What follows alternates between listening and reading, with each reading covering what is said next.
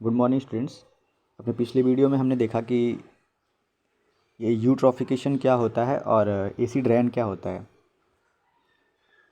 सो इस वीडियो में हम ये देखेंगे अपने नेक्स्ट इन्वायरमेंटल इफ़ेक्ट को, जो कि है हमारा greenhouse effect.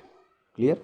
Green house effect that is also known as the global warming, यानी कि हमारे ग्लोब का टेम्परेचर हाई होना और इसके क्या बेसिक रीज़न है, कैसे ये ग्लोबल वार्मिंग इस कंडीशन में, या फिर ये बोलें कि आज के जनरेशन टाइम में ये हमारे ग्लोब का टेम्परेचर कैसे हाई हो रहा है। क्लियर?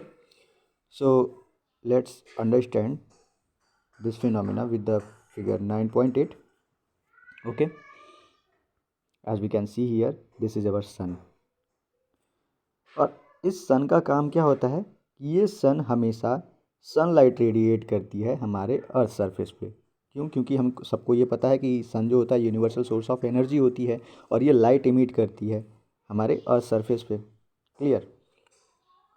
तो अगर मान लीजिए क्या हो कि अगर पूरा का पूरा जो सनलाइट रेडिएट हो रहा है ये हमारे अर्थ पे ही प्रेजेंट हो जाए और कहीं नहीं जाए, कहीं इसका रिफ्लेक्शन ना हो, तो उस कंडीशन में हमारे इन्वायरमेंट का टेम्परेचर बहुत ज़्यादा हाई हो जाएगा, जिससे कोई भी ऑर्गेनिज्म सर्वाइव नहीं कर पाएंगे, because we all know that the every organism survive at a specific temperature. Clear?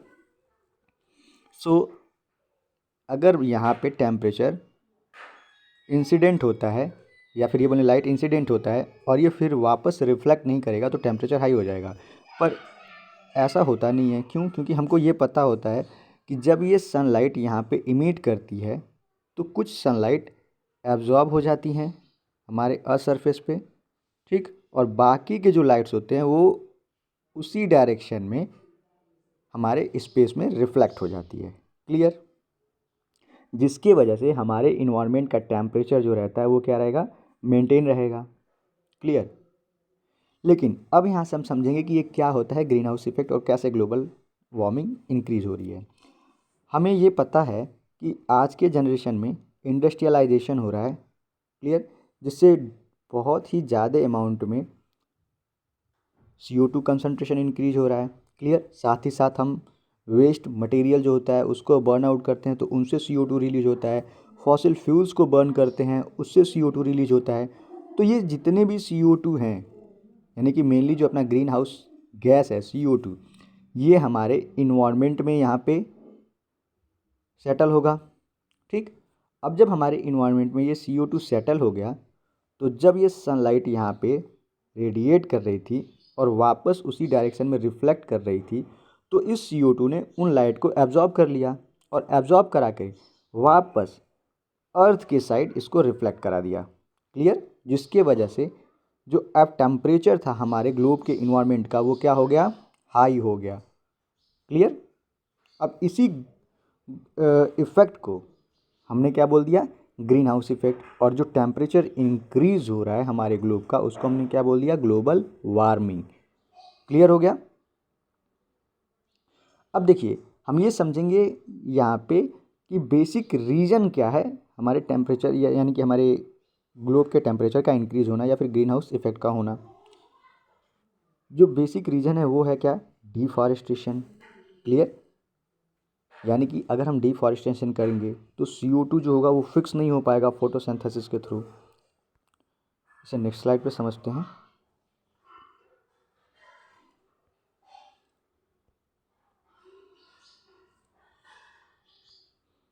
हमने ये देखा कि जो फर्स्ट रीजन होगा वो क्या होगा, डिफॉरेस्टेशन। क्लियर?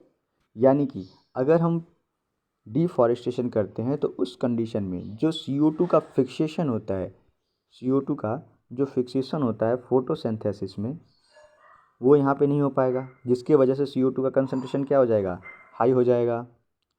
एंड सेकंड क्या होता है, सेकंड हम ये देखते हैं जो सेकंड रीजन है यहाँ पे ग्लोबल वार्मिंग का, वो यहाँ पे है इंडस्ट्रियलाइजेशन। क्लियर? यानी कि जब हम इंडस्ट्रियलाइजेशन करते हैं तो उस कंडीशन में हम यहाँ पे फ्यूल के फॉर्म में, या फिर ये बोलें कि एनर्जी के लिए हम यहाँ पे क्या करते हैं, फॉसिल फ्यूल्स को बर्न करते हैं, जिससे CO2 का कंसंट्रेशन हाई होता है। ठीक, और फिर जा कर के ये टेम्परेचर को इंक्रीज़ करने का काम करती हैं। क्लियर।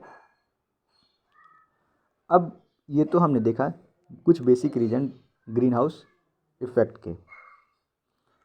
क्या होगी कोई मतलब अब हमारे डिसएडवांटेज क्या हो सकते हैं इस ग्रीन हाउस इफ़ेक्ट का।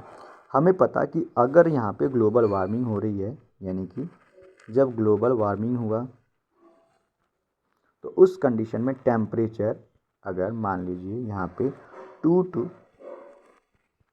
3 डिग्री सेल्सियस अगर इंक्रीज होती है, तो जिसके वजह से जो यहाँ पे माउंटेन्स होंगे, आइसी माउंटेन्स होंगे, उनका ग्लेशिएशन होगा।